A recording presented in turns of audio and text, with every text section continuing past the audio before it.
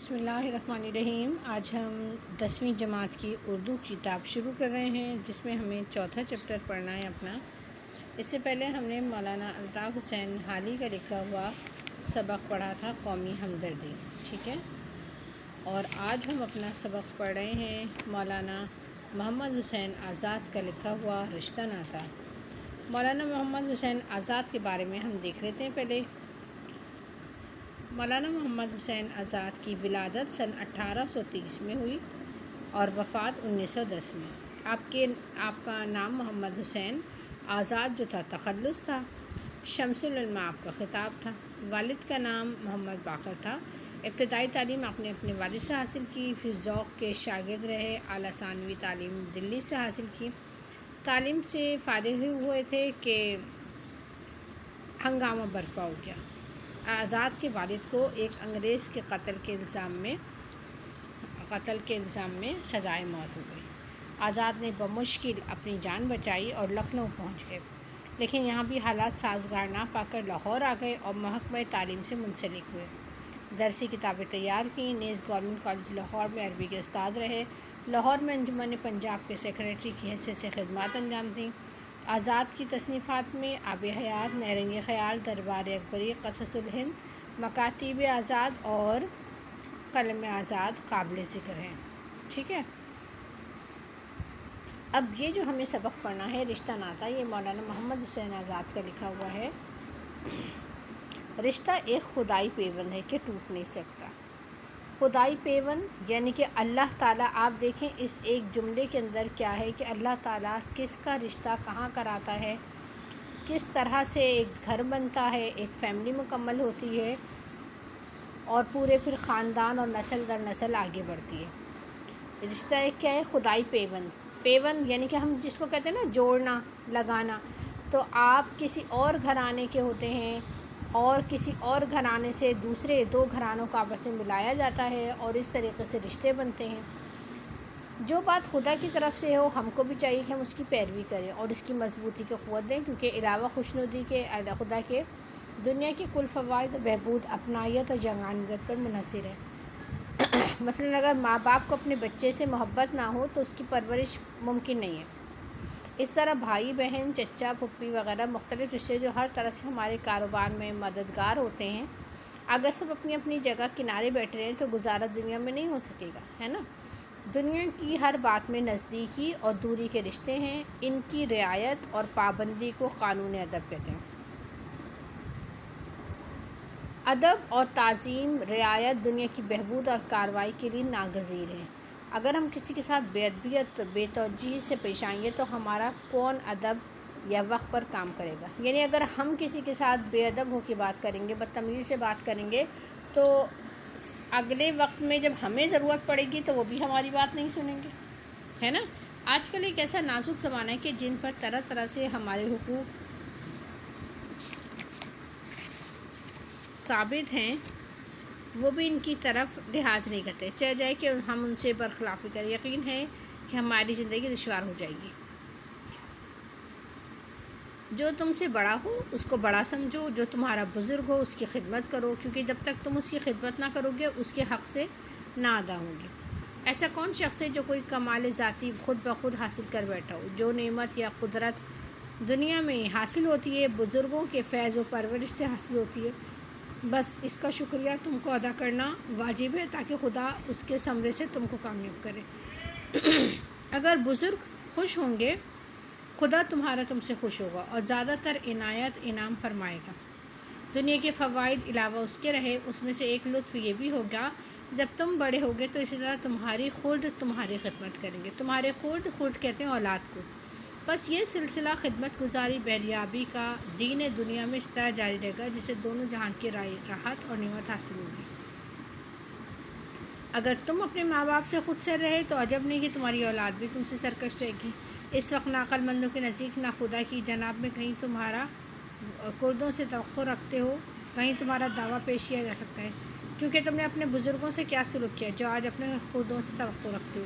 یہ مفید قاعدہ دنیا میں اس لیے باندھا گیا ہے کہ جس شخص کو بزرگ کی تعظیم کی عادت ہوگی وہ خدا کی عبادت بھی کرے گا۔ جو ماں باپ کے حقوق، پرورش، محنت کو محنت کو نہ مانے گا وہ خدا کے حقوق و نعمت کو بھی نہیں پہچانے گا، جو آنکھوں سے بھی غائب ہے اور لیتا دیتا ہوا دکھائی بھی نہیں دیتا۔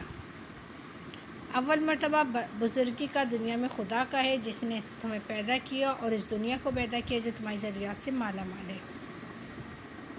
ٹھیک ہے، آپ اس سبق کو پڑھیں گے تو آپ کو یہ سبق سمجھ میں آئے گا۔ اس سبق کے اندر سے چھوٹے چھوٹے جو ہیں جملوں کی تشریح بھی آتی ہے، اور جہاں مشکل ورڈز ہیں جس طرح سے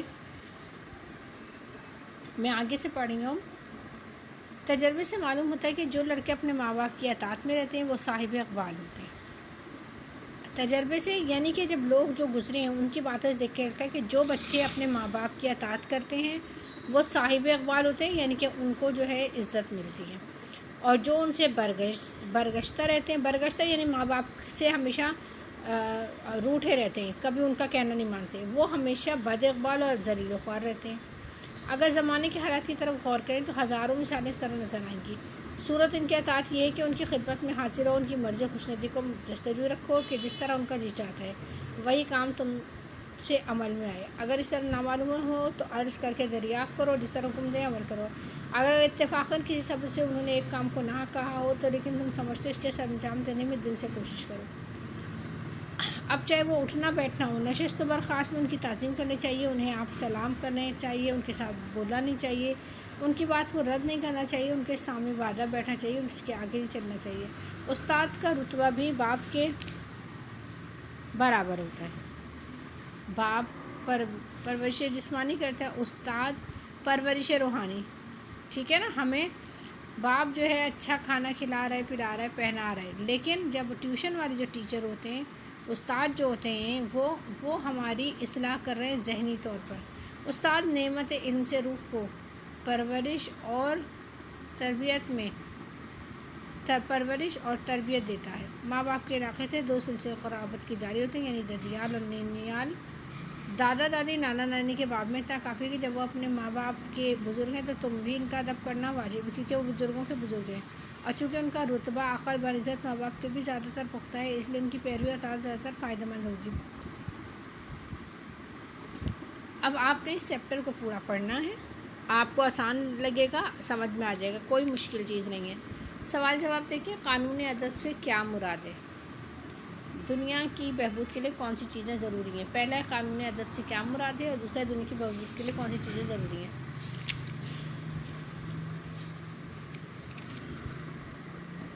دیکھیں، قانون ادب سے کیا مراد ہے؟ دنیا کی ہر بات میں نزدیکی اور دوری کے رشتے ہیں، ان کی رعایت اور پابندی کو قانون ادب کہتے ہیں۔ ٹھیک ہے،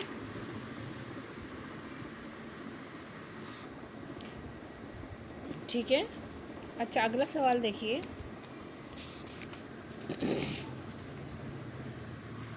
دنیا کی بہبود کے لیے کون کون سی چیزیں ضروری ہیں، یعنی دنیا کی بننے کے لیے کون کون سی چیزیں ضروری ہیں۔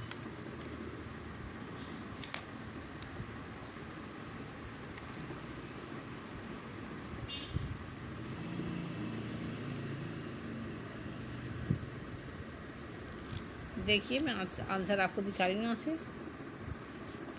قانون ادب سے کیا مراد ہے؟ دنیا کی ہر بات میں نزدیکی اور دوری کے رشتے ہیں، اس کی رعایت و پابندی کو قانون ادب کہتے ہیں۔ دنیا کی بہبود کے لیے کون سی چیزیں ضروری ہیں؟ علاوہ خوشنودی خدا کے دنیا کے کل فوائد بہبود، اپنائیت، یگانگت منحصر ہیں، اس کے علاوہ ادب، تعظیم اور رعایت دنیا کی بہبود اور کارروائی کے لیے ناگزیر ہے۔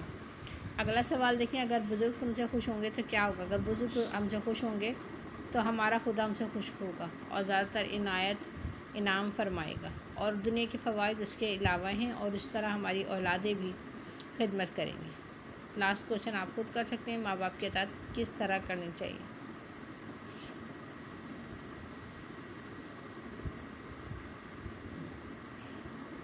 پھر خالی جگہ دیکھیں تو اپنے ماں باپ سے خود سر رہے ہو تو جب نہیں کہ تمہاری اولاد بھی تم سے ڈیش رہے، سرکش۔ جب تم ڈیش ہو گئے تو اس طرح تمہاری خود تمہاری خدمت کرے، جب تم بڑے ہو گئے تو اس طرح تمہاری خود تمہاری خدمت ہے، یعنی تمہاری اولاد۔ جو نعمت یا قدرت دنیا میں حاصل ہوتی ہے بزرگوں کے فیض سے حاصل ہوتی ہے۔ جس شخص کو بزرگ کی تعظیم کی عادت ہوگی خدا کی عبادت بھی دل سے کرے گا۔ اول مرتبہ بزرگی کا دنیا میں خدا کا ہے۔ ٹھیک ہے، ابھی بس یہ سوال کرنے ہیں آپ کو، درست جواب پر نشان لگانا ہے۔ ٹھیک ہے، اس طرح آپ کا یہ چیپٹر مکمل ہو جائے گا۔ اللہ حافظ۔